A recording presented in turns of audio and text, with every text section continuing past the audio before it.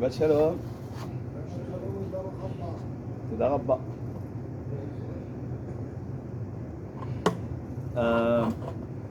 Bon, alors, Parashat Pinchas. Ah, j'ai oublié de prendre un fromage. Ouais, je prends un fromage. Pinchas. Il n'y a pas de dagesh sur le nom, parce que les Marocains, ils mettent un dagesh. Il faut tous Pinchas, je ne sais pas pourquoi. Il n'y a pas de dagesh dans le nom. Ah ouais, même, ouais, exactement. Donc, Rabba.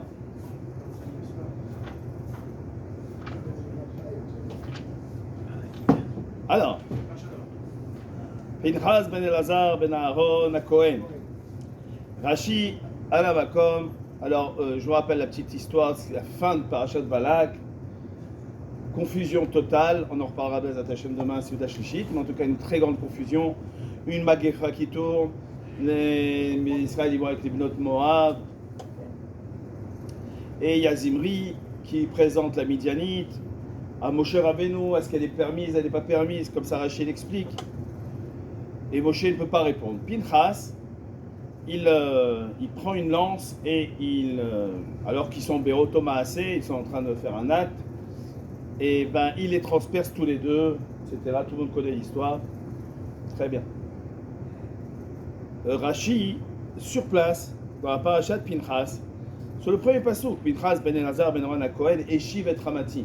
Hachem témoigne lui-même que Pinchas, il a calmé la colère d'Hachem. Il a collé la colère d'Hachem. Pourquoi il témoigne? Pourquoi il y a besoin de dire cette phrase-là? Rachid a eu cette question. Et pour cause, la raison pour laquelle Hachem a eu besoin de témoigner ça dans la Torah, c'est que l'acte de Pinchas, a priori, il peut être pris comme étant un acte agressif de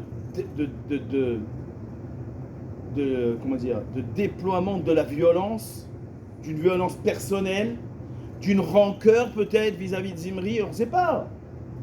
Qu'il est en colère, Pinchas, peut-être que c'est un type coléreux. Peut-être qu'il a laissé libre cours à sa colère, à sa menace, à son agression. Et que, fort de cette particularité-là qu'il a à l'intérieur, il s'est laissé tuer un Nassi, Rosh Shevet, Zimri ben Salou, Ben Adam Kadosh. Ben Adam Kadosh, il était Kacher, le Gamré. Et Cohen, comment Cohen? Non, je parle de Zimri. Je parle de Zimri. Et Hachem dit, non, Eshiv et Ramati. Non. C'est pas du tout comme vous croyez, il a fait un acte, les Shem Shamaim, les Gamré. C'est-à-dire qu'il n'est pas Mesougal à se mettre en colère. C'est pas quelqu'un qui se met en colère. Et donc il n'a pas laissé libre cours à sa colère, mais il l'a fait parce qu'il a accompli une halacha. À Boel, Aramite, Kanaim, Pogaimbo. Celui qui va avec une aramite, ceux qui sont canailles, ceux qui font attention au kavod de Dieu, au kiddush Hashem, alors ils se mettent à mettre en place la sentence d'eux-mêmes sans jugement.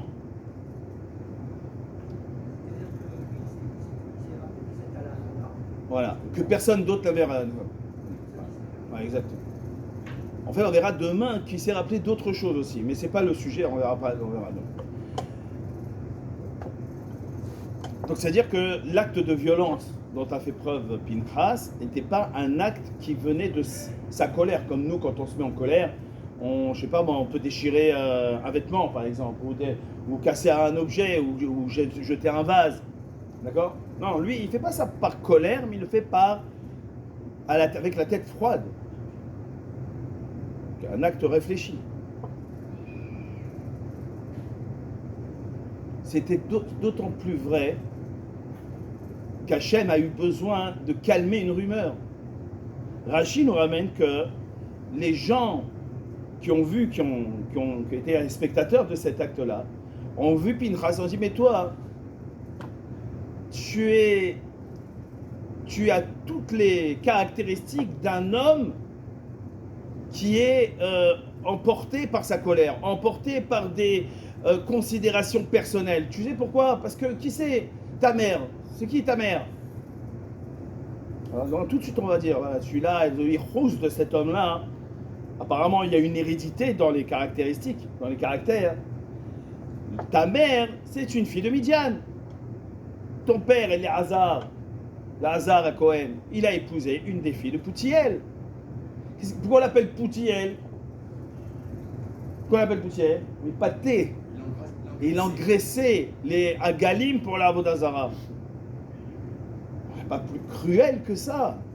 Il n'y a plus arzari que ça pour servir des dieux étrangers.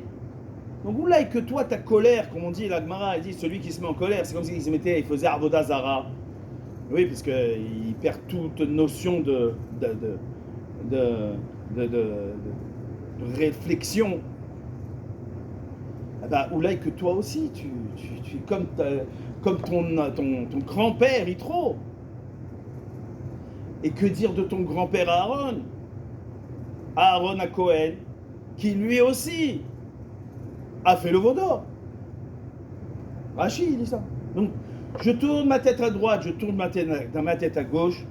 Où que je me trouve, je vois que toi, Yitro, Pinchas, tu es véritablement la dernière personne qui était apte à réaliser un tel acte.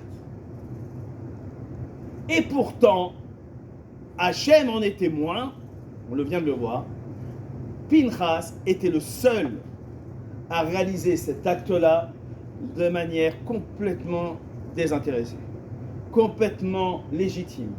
Tout ça pour calmer la colère de Dieu, sans quoi la colère d'Hachem ne serait pas arrivée, là, elle ne serait pas apaisée. D'où ça sort? D'où est venu ce koach, cette force-là d'être le seul qui a pris sa responsabilité.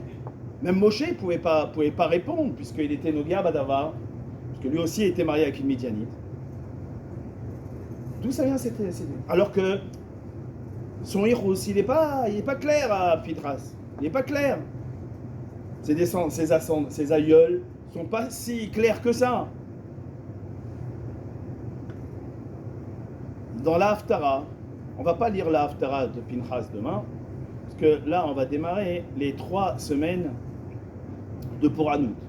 Et donc, on va lire 3 Haftarot de Pouranout qui vont précéder les 3. C'est Jérémie qui va lire le truc. Et donc, Jérémie, il a commencé à faire une névoie sur la destruction du temple. On va dire ça demain. Après, ça va suivre après les 7 semaines de consolation. Yirmiyahu, pareil. Akadosh Baruch Hu lui dit Detaticha Navi les Kol Haolam. Il n'a pas été seulement prophète pour les Bnei Israël, Yirmiyahu. Il a été prophète pour toutes les nations. Et pourtant, Yirmiyahu, lui aussi était Cohen de son père. Mais du côté de sa mère, il descend également, pas de ce côté de sa mère, mais il descend également de Rahav. Qui c'est Rahav? Vous savez qui c'est Rahav? Elle épousera Yoshua après plus tard, mais Rahav n'est pas Yehoudia, elle n'est pas juive au départ. Elle habitait Eretz Kenaan, Ririko à l'époque. Elle était de mauvaise vie, elle était de mauvaises mœurs. D'accord? Donc, Yirmiyahu, que Hachem lui dit, tu seras Tatich Hanavi Leolam, Nekol Haolam, Kol Haumot. Que répond Yirmiyahu? Il dit, Ani Na'ar. Je suis qu'un jeune homme. Mais c'est ce jeune homme. C'est pas un jeune homme. C'est quoi Na'ar? Je suis petit. Moi, tu me demandes d'avoir une influence sur le monde entier. Qui je suis, moi, pour avoir une influence sur le monde entier, Pirchlal? Je suis trop petit. Et là, Hachem répond à Yirmiyahu. Il dit, Beterem,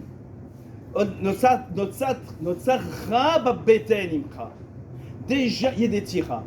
Déjà, avant même que tu sois créé, que tu sois un Vlad, un fœtus, j'avais déjà reconnu en toi ce Kohar-là, d'être un influenceur et non pas un influencé. D'influencer le monde, ok, et donc être mon interprète dans le monde. Pas seulement pour les Bnei Israël, mais pour le monde. Et donc, on voit ici un parallèle entre Pinchas, d'un côté, et de l'autre côté, Eliaou, pas Eliaou, Pinchas ou Eliaou, c'est vrai, mais Pinchas d'un côté et Yirmiyahu de l'autre. Où Béhémet, le point commun qu'il y a entre eux, c'est que Béhémet, ils ont pris leurs responsabilités, bien que la situation ne le permettait pas, d'autant plus que leur Irous, leur Irous Mishpacha, il n'est pas si mouchlam que ça. Descendant d'une zona, c'est partir de très loin pour être un Navi Olam, prophète des nations, de toutes les nations. Alors que son ancêtre a été Rachab. Pinchas, pareil, sa mère, c'est une Midianite. Pinchas ou Eliaou, celui qui va déclarer, qui va annoncer, il va s'attacher très rapidement, la Géoula. Alors, là, c'est que comment on peut essayer de faire comme ces deux personnages où, à émettre, c'est la vérité, aujourd'hui, avec la force des médias, le cohort de l'information en continu, où on n'arrive même plus à penser à nous-mêmes, de nous-mêmes, on arrive à penser comme ce que les médias veulent bien qu'on pense. C'est fort parce qu'avant, il y avait des dictatures. En réfléchissant bien, les dictatures, il y avait des opposants aux dictatures, il y avait des dissidences. Aujourd'hui, même les dissidences sont calmées. Vous savez comment ? Par le cohort de l'information, par le cohort des médias. Les médias endorment.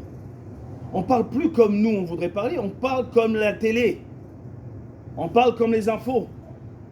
Et donc, c'est plus des idées. À émettre, si on arrivait à couper un petit peu tout ça et réfléchir par nous-mêmes avec les données qui se présentent à nous, sans avoir aucune influence de personne, peut-être qu'on penserait différemment, Bichlal.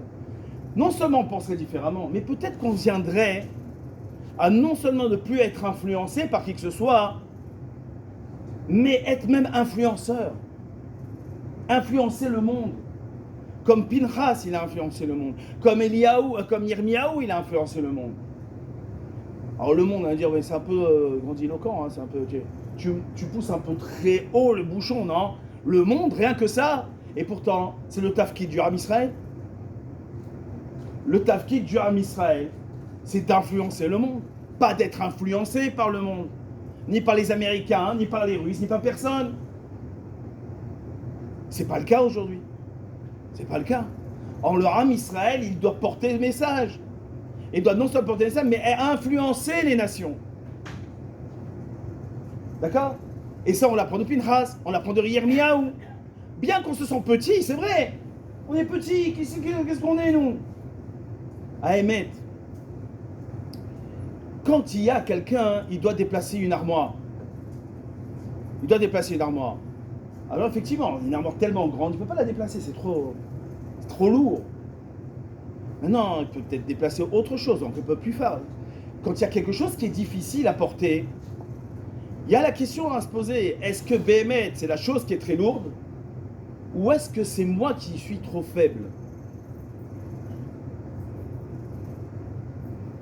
La question c'est, oula, et que, à force de se considérer petit et faible, alors on ne se rend pas compte véritablement de nos cohortes pour pouvoir non seulement être complètement imperméable à toute influence, mais prendre ce que j'ai appris dans la Torah et le porter et le transmettre.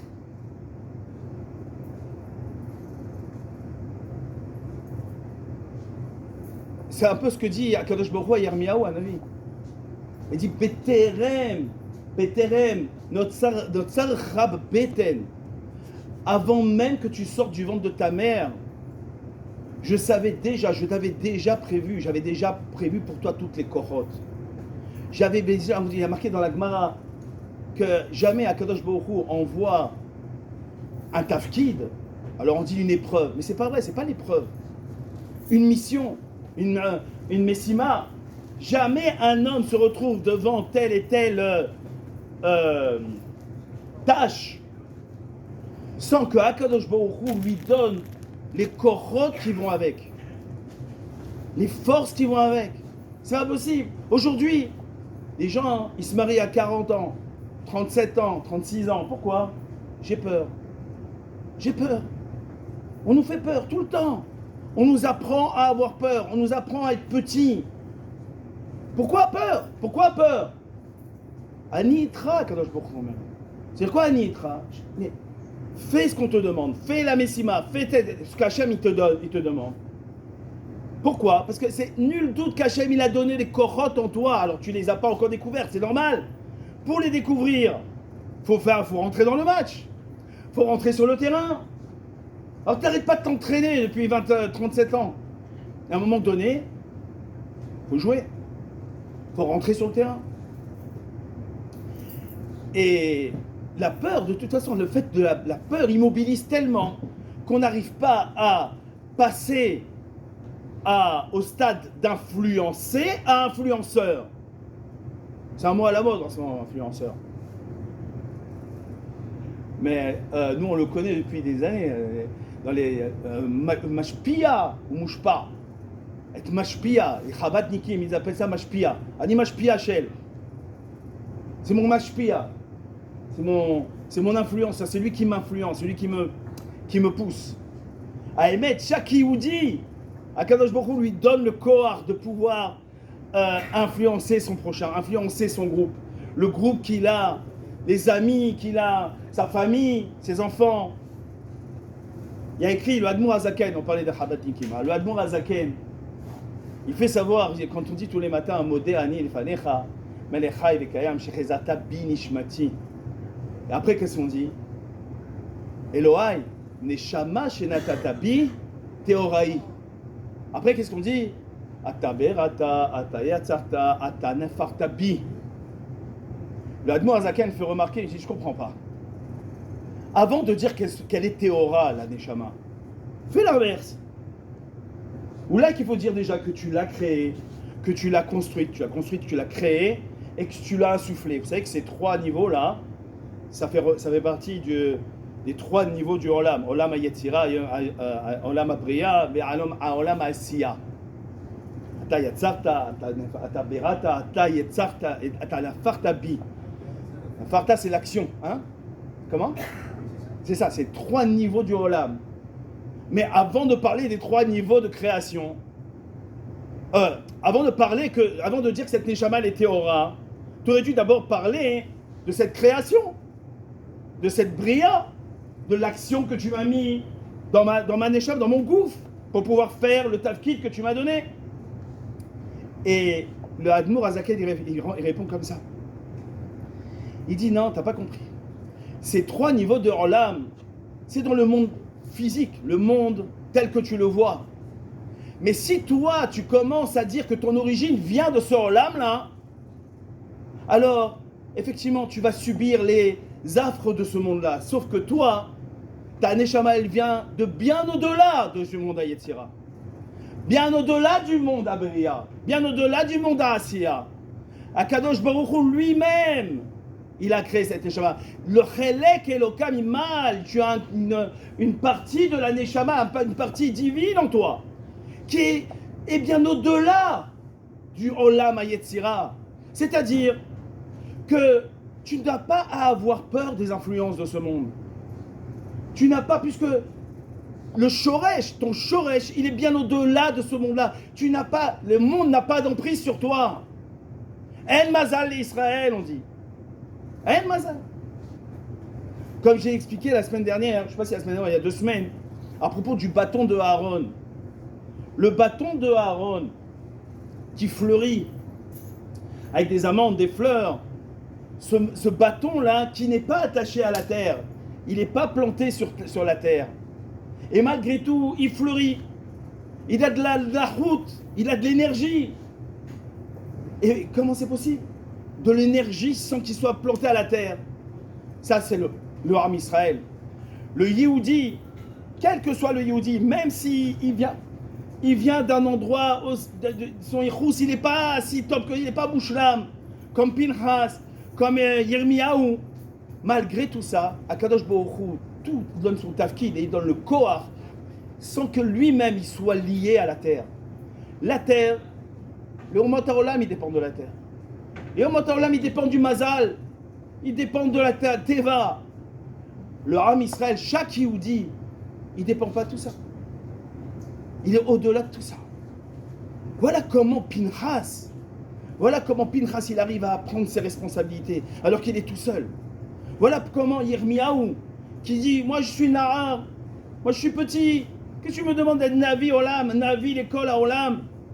Il dit toi, Beterem Yetzarcha Babeten.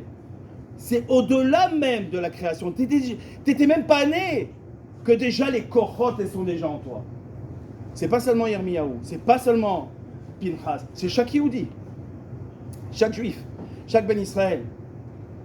Sans avoir peur du regard que les gens ils peuvent nous porter. Il faut être mamash, ne pas subir les influences des autres. C'est ça, ne pas être attaché à la terre. Soi-même être un influenceur. Il y a un sipour comme ça, hein, où il y a un homme, il est vous savez, les missionnaires de l'époque. Ils étaient habillés comme ça, en moderne et tout. Ils arrivaient dans des pays en Afrique. Hein, quelqu'un qui travaillait il était commercial, je sais pas quoi. Hein, travaillait en Afrique. Dans un pays très pauvre, très très pauvre, les gens ils n'avaient même pas de quoi manger, avec des guenilles, et lui il arrivait en je crois costume, cravate, machin, avec une valise, et les gens ils le regardaient comme un clown, comme un extraterrestre venu d'ailleurs. Et les gens lui disaient dis-moi, t'étais pas gêné par le regard des uns et des autres? Il dit pourquoi je serais gêné? Je comprends pas. Il dit mais t'es pas comme eux. Oui mais d'accord, mais moi je sais d'où je viens. C'est eux qui sont pauvres. C'est eux qui sont démunis.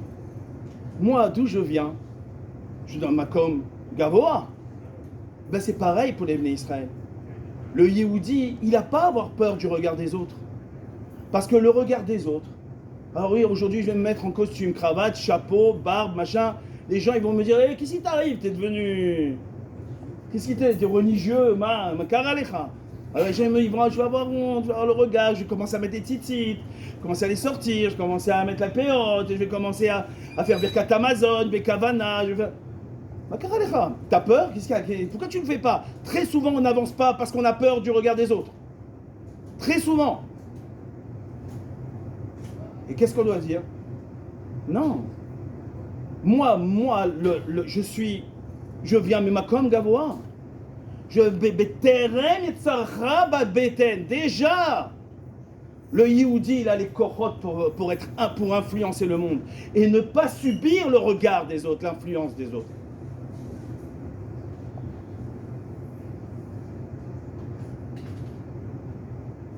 Une fois, il y a une famille religieuse, ils voulaient envoyer leur enfant à la yeshiva. Ils sont arrivés chez une famille.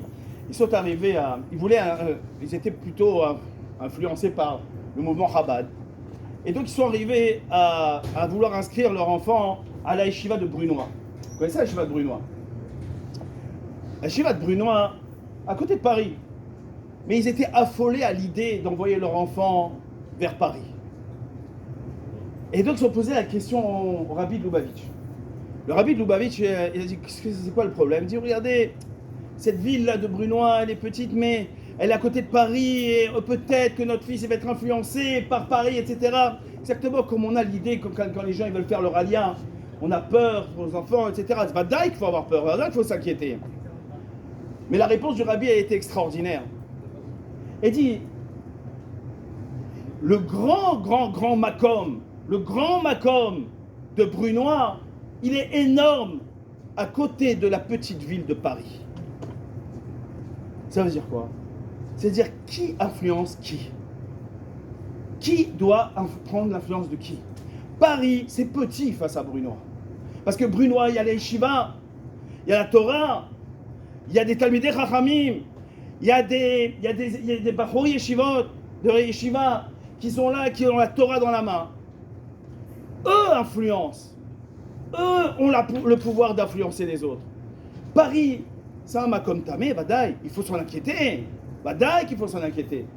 Mais, en réalité, celui qui a la Torah dans les mains, Ani Itra Kadosh Baruch Hu Omer, je suis avec toi. Aval, prends, ne te vois pas petit. Arrête de te prendre pour quelqu'un de faible. Sois quelqu'un de fort. Pourquoi je te dis que tu es fort? Parce qu'à Nitra, je te donnais toutes les corottes pour réaliser ton tafkid. Il reste 1 minute et demie. En réalité, une demi-minute, mais je prends 1 minute. Toujours dans le même verbe, une fois, il y avait un chaliard du rabbi. Un chaliard du rabbi qui avait pris sur lui une shlichut dans une ville. Mais le problème, c'est qu'il s'est senti mal. Il est parti faire des examens médicaux et les médecins lui ont dit: tu as une maladie chronique qui t'empêche véritablement de réaliser ton tafkid. Pas possible. Tu peux pas. Ça nécessite beaucoup d'énergie. S'occuper d'une keïla, tout ça. Tu sais que on sait comment les Chabad ils travaillent sur le niveau de leur keïlot. Et il est parti. Il a pris un billet d'avion. Il est parti à New York pour aller rencontrer le rabbi. Et il lui a dit: voilà, Voda Rav, je voudrais que vous me rendez patour. Je voudrais que vous me rendez patour de ma shlichut. Parce que je suis malade. Je suis malade. Et donc, donnez-moi la possibilité d'être patour de ma shlichut et de faire autre chose. Le rabbi le regarde et lui dit: de toutes les choses bizarres que j'ai entendues dans ma vie, j'ai pas entendu une chose aussi bizarre de ma vie. C'est la première fois que j'entends une chose aussi bizarre. Alors vous dites: qu'est-ce qu'il y a de bizarre? C'est normal. Il dit: non. Comment tu es Magdir au train? Comment tu te définis? Est-ce que tu te définis comme chaliard pour transmettre la Torah, ou tu te définis comme un homme malade? Si tu te définis comme un homme malade, tu ne peux pas être chaliard. Mais toi, un Yehudi, tu ne peux pas te définir comme un homme, comme étant malade. La maladie, c'est quelque chose de transitoire. Demande-moi une bracha pour que tu sois guéri, à la limite. Mais pas pour me délier de quelque chose d'aussi important. C'est ton tafkid. C'est quoi ton tafkid? C'est d'être un homme malade? Ou c'est d'être un homme qui influence les gens? C'est ce qu'on doit tous les jours se poser, comme quand on se réveille. Quand on dit Modeh ani lefanecha melechai vekayam, shechezarta binishmati, pourquoi tu m'as rendu ma neshama? Shechezarta binishmati, pourquoi? Parce que chemla emunatra, bechemla ki rabba emunatra. Ta emuna en moi, toi Kadosh Baruch Hu, ta foi en moi, elle est tellement grande que tu m'as rendu ma neshama pour réaliser mon tafkid, malgré les difficultés que j'ai, malgré les difficultés que Pinchas a vécues. Il a surpassé ces difficultés et il a réalisé son tafkid. Malgré les difficultés que Yirmiyahu il a vécues, son yichus, il a malgré tout été el navi olam, comme Akadosh Baruch Hu lui a demandé. Et c'est ça l'idée. L'idée, c'est que, comme c'est écrit dans la Gemara, un homme, avant qu'il vienne dans ce monde-là, on lui fait un serment, on lui fait jurer. Le'olam tiyeh tzadik velo racha. Soit un tzadik et soit pas un racha. Vous savez ça? On a tous juré ça, Le'olam, dans le monde, dans le ciel. Quand on est descendu, on a juré à Dieu qu'on serait un tzadik. On l'a juré. Le Admor Azaken, il dit, c'est pas seulement jurer. L'oshbia, et la sevia. Akadosh Baruch Hu, il nous rassasie de toutes les kochot. C'est une satiété. Il nous donne toutes les kochot qu'on a la possibilité d'avoir pour pouvoir être mamash un tzaddik, pour être mamash un influenceur, influencer les gens, influencer pour les ramener, les kanfé, les sharim, les kanfé d'Akadosh, les ailes de la shrina, pour faire venir le Mashiach, Bemera, Beyamenu, Amen. Me'achayim Ekasha Omer, Ratzah Akadosh Baruch Hu Kol Israël, Yificha, Yerba Lahem Tov Mitzvot, Shenema, Adon HaChaves Lan Tzidko, Yadil Torah, Veyadir.